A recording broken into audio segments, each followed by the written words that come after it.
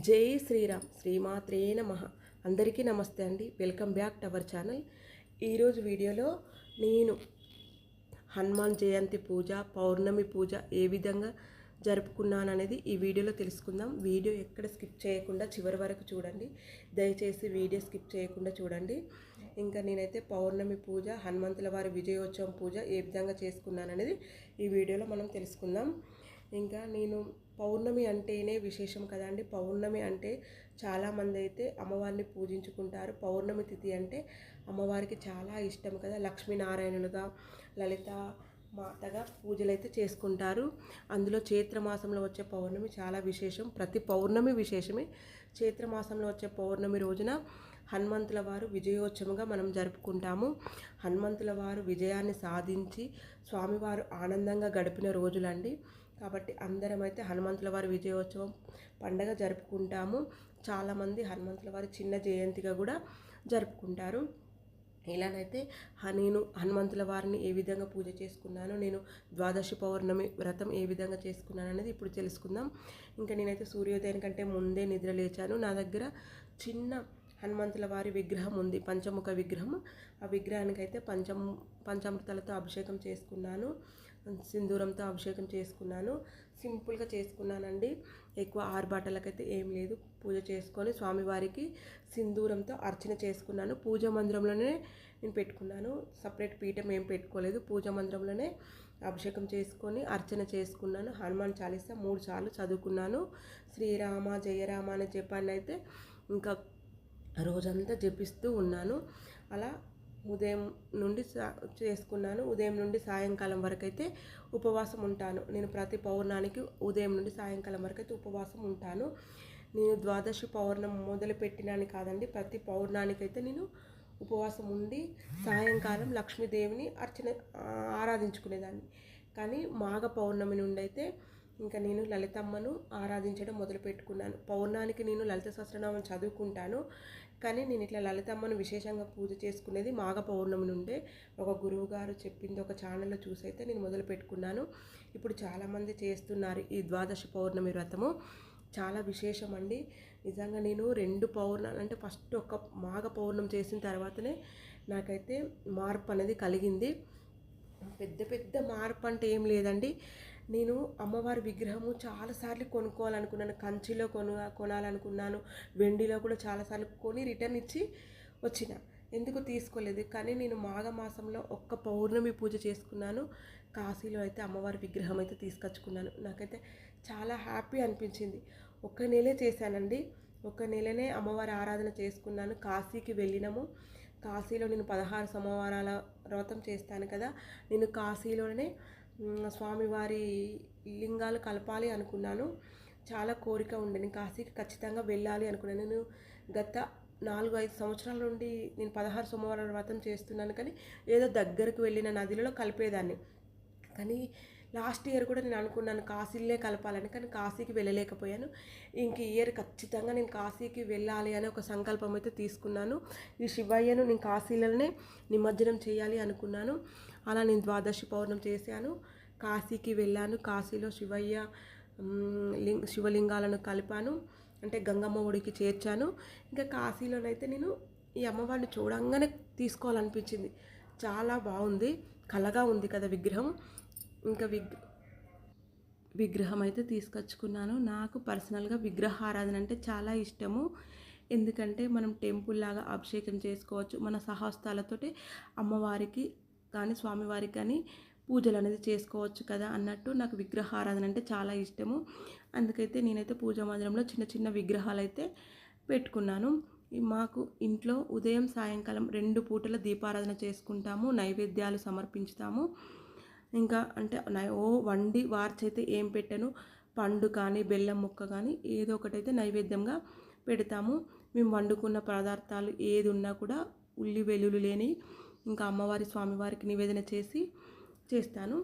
ఇంకా కొన్ని విశేషమైన రోజులనైతే శుక్రవారం, సోమవారం ఇలానైతే నేను ప్రత్యేకంగా నైవేద్యం వండి కూడా పెడతాను. ఈ విధంగానైతే నేను మా పూజా మందిరంలో విగ్రహాలను కొలువు తీర్చుకున్నాను. ఇంకా పూజ అయితే బాగానే చేసుకుంటాం. ఉదయం సాయంకాలం మాకు ఉన్నంతలో చేసుకుంటాము. ఇంకా ద్వాదశి పౌర్ణమి ఇంకా కొత్త సంవత్సరంలో మొదటి పౌర్ణమి కాబట్టి ఇంకా విశేషంగానైతే పూజలు అయితే చేసుకున్నాను. ఇంకా ఉదయం అయితే హనుమంతుల వారి పూజ చేసుకున్నాను కదా. ఇంకా సాయంకాలము నేను ఉదయం నుండి సాయంకాలం వరకు పౌర్ణమి రోజు ఉపవాసం ఉంటాను. ఇంకా పాలు పండ్లు తీసుకుంటాను. కట్క ఉపవాసం ఏం చేయను, కానీ పాలు పండ్లు తీసుకొని ఇంకా సాయంకాలము ఆరాధన అనేది చేసుకుంటాను. నేను ప్రతి పౌర్ణానికి లక్ష్మీనారాయణని కూడా ఆరాధన చేసుకుంటాను. అంటే పౌర్ణమి గడియలు ఉన్నప్పుడు ఉదయం సూర్యోదయానికంటే ముందే పౌర్ణమి గడియలు ఉన్నాయనుకోండి, నేను సూర్యోదయానికంటే ముందే లక్ష్మీనారాయణను పౌర్ణమి రోజు ఆరాధన చేసుకుంటాను. ఇంకా వారాహి అమ్మ ఆరాధన కూడా చేసుకుంటాను ప్రతి పౌర్ణానికి. ఇంకా లలితమ్మ ఆరాధన.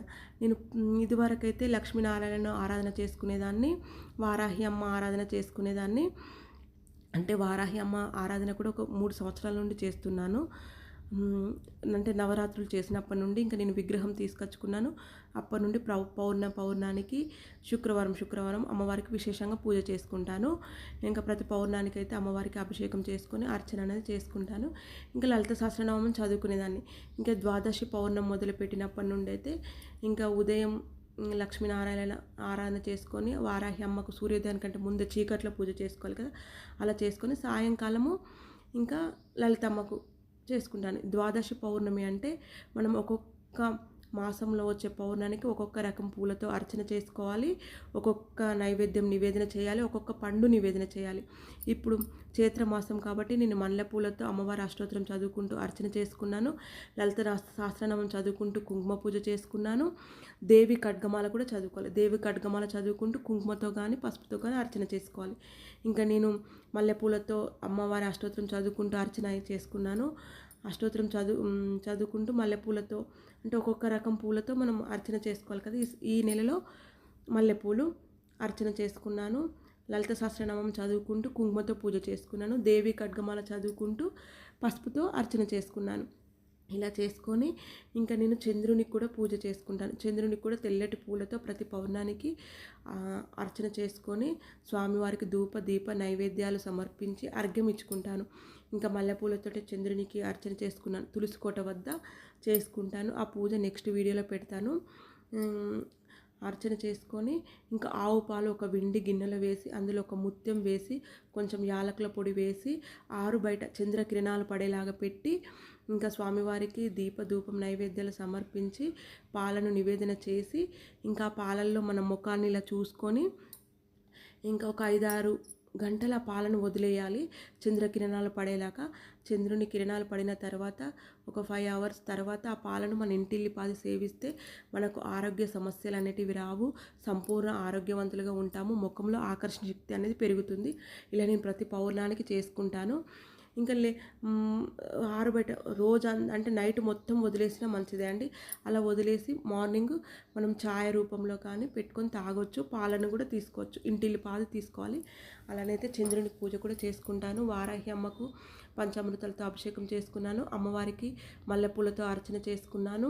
ఇంకా లక్ష్మీనారాయణలకు పూజ చేసుకున్నాను. కనకదార సూత్రం చదువుకుంటాను. వెంకటేశ్వర స్వామి వజ్రకవచం చదువుకుంటాను. ప్రతిరోజు ఇవి చదువుకుంటాను. వజ్రకవచం చదువుకున్నాను. ఇంకా హనుమాన్ చాలీసా కూడా 3 సార్లు చదువుకున్నాను. హనుమంతుల వారికి కూడా సాయంకాలం హనుమాన్ దండకం చదువుకుంటూ పూజ చేసుకున్నాను. ఇంకా లలితమ్మను ఆరాధించుకున్నాను. 3 అమ్మలను ఆరాధించుకున్నాను.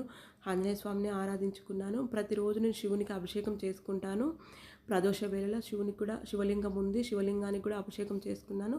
ఈ విధంగానైతే పూజ అనేది పౌర్ణమి పూజ చేసుకున్నాను. చాలా ప్రశాంతంగా అనిపిస్తుందండి మనము ఇలా పూజలు చేసుకుంటే. ఒక్కొక్క తిథి రోజు చేయకపోయినా కొంచెం విశేషమైన తిథిల రోజు పూజ చేసుకుంటే చాలా మంచిది.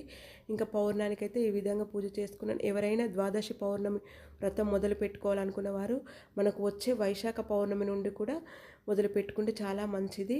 ఇంకా వైశాఖ పౌర్ణమి రోజు ఏ నైవేద్యం పెట్టాలి, ఏ పండు నివేదన చేయాలి, ఏ పువ్వులతో పూజించాలి అనేది నెక్స్ట్ వీడియోలో తెలుసుకుందాము.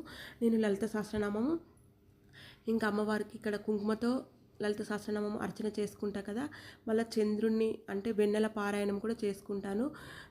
వెన్నెలలో అంటే తులసికోట వద్ద కూర్చొని ఒక్కసారి అయితే లలిత పారాయణం చదువుకుంటానండి. మనం వెన్నెల పారాయణం చేస్తే చాలా మంచిది.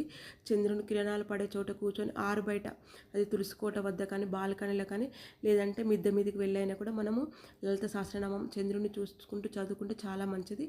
అలా నేను బయట కూర్చొని కూడా లలిత పారాయణము ఒకసారి నేను పౌర్ణమి రోజు 2 సార్లే చేస్తాను, కానీ 9 సార్లు చేస్తే చాలా మంచిదంట. ఆ రోజు ఎప్పుడు వస్తుందో అని చూస్తున్నాను. నాకు అంతగా పెద్దగా స్పష్టంగా ఎక్కువసేపు చదవడం రాదు. నాకైతే ఒక 30 మినిట్స్ అంటే హాఫ్ అన్ అవర్ అలా టైం పడుతుంది. ఇంకా ఫాస్ట్గా చదవడం రాదు కాబట్టి నేను పౌర్ణమి రోజు 2 సార్లు అయితే లలిత పారాయణం చేసుకుంటాను. ఈ విధంగానైతే నా పౌర్ణమి పూజ చేసుకున్నాను. ఎవరైనా ద్వాదశి పౌర్ణమి వ్రతం మొదలు పెట్టాలనుకున్న వారు వచ్చే వైశాఖ పౌర్ణమి రోజు మొదలు పెట్టుకోండి, చాలా మంచిది. ఈ రోజుకైతే వీడియో ఇంతేనండి. మరొక మంచి వీడియోతో మళ్ళీ కలుసుకుందాం. Thank you for watching. Please మన ఛానల్ని సబ్స్క్రైబ్ చేసుకోండి, ఒక లైక్ ఇవ్వండి, కామెంట్ చేయండి.